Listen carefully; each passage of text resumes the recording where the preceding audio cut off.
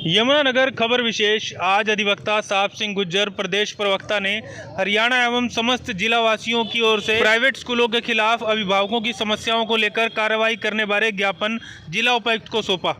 उसमें कहा गया कि प्राइवेट स्कूलों द्वारा अपनी मनमर्जी से किताबों व वर्दियों को लेकर अभिभावकों के साथ लूट खसूट की जा रही है। एक किताब जिसका मूल्य 50 रुपये बाजार में है, उसके लिए 500 रुपये लिए जा रहे हैं। इस प्रकार पहली कक्षा के बच्चों की किताबों के लिए अभिभावकों से 5-6 हज़ार रुपये तक लूटे जा रहे हैं। अकाउंट में नहीं लेते पैसे, उसके पैसे भी अकाउंट में लेते, ये बड़ी समस्या है। बिल्कुल कैश ले, वो कहते हैं कैश दो, क्योंकि एक तो पोल खुल जाएगी, अकाउंट में पेमेंट आएगी तो पता लग जाएगी कितनी बुकिंग, कितने लाखों की बिकी। तो हमारी ये भी है कि कैश में खरीद रहे हैं जी, इस पर तुरंत कार्रवाई करें और कार्रवाई करने का काम करें। सरकारी किताबों के अलावा प्राइवेट किताबें बहुत से लगाते हैं। बहुत जी, 20 रुपये की किताब 500 रुपये में, तो बड़े दुख की बात है। जिस पर कोई कार्रवाई नहीं हो रही तो हम तो चाहते हैं कि इस पर कार्रवाई हो। बहुत थैंक यू सर, इनको बता देते हैं हमारे जी। आप रख दो, ठीक है जी, ठीक है। देखिए, ये हर साल जो डकैती का टाइम होता है 1 अप्रैल से 15 अप्रैल तक प्राइवेट स्कूलों का वो चल रहा है, और हर साल आवाज़ उठाते हैं। आवाज़ एक नहीं, सड़कों पे आते हैं, लेकिन कार्रवाई कुछ नहीं होती।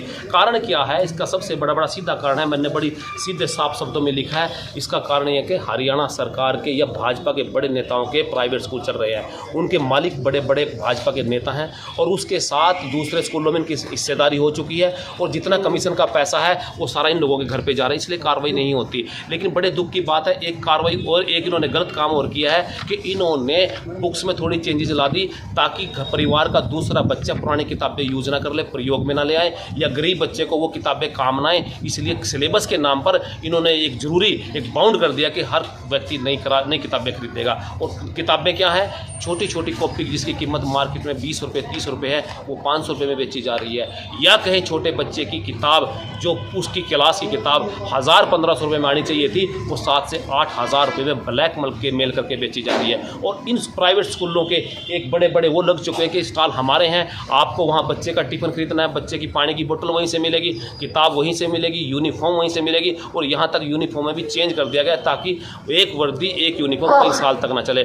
बड़े दुख की बात है, हरियाणा सरकार चुप्पी मार कर बैठी है। मेरी गुजारिश हरियाणा सरकार से, यदि देश का, यदि अभिभावकों का या पेरेंट्स का भला करना चाहते हैं, प्राइवेट स्कूलों की किताबें बेचने पर बिल्कुल बैन लगना चाहिए। हरियाणा सरकार उनके सैंपल उठाए, और जो किताब वो चाहते हैं उनको बनाकर मार्केट में हरियाणा सरकार अपने स्टॉल लगाकर बेचे, ताकि लोगों को या जनता को लूटने से बचाया जा सके। सर, अब अभिभावक मंच कहें या अभिभावक कहें, वो तो चलिए मजबूर हैं, क्योंकि कहीं ना कहीं बच्चों की शिक्षा आड़े आ जाती है कि हम विरोध करेंगे किताबों का, इसका उसका, तो स्कूल प्रबंधन का विरोध कहीं ना कहीं झेलना पड़ेगा।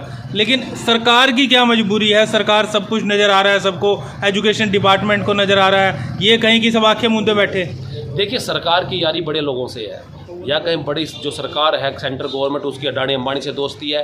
और हरियाणा सरकार की जो दोस्ती है वो प्राइवेट स्कूलों के मालिकों से दोस्ती है। और वो दोस्ती इसलिए निभाते हैं कि रात को तो कमीशन खा लेते हैं, उसका कमीशन इन लोगों के पास जा रहा है, इसलिए हरियाणा सरकार चुप करके बैठी हुई है। और मैं दोषी सारे स्कूलों को नहीं निकालना चाहता।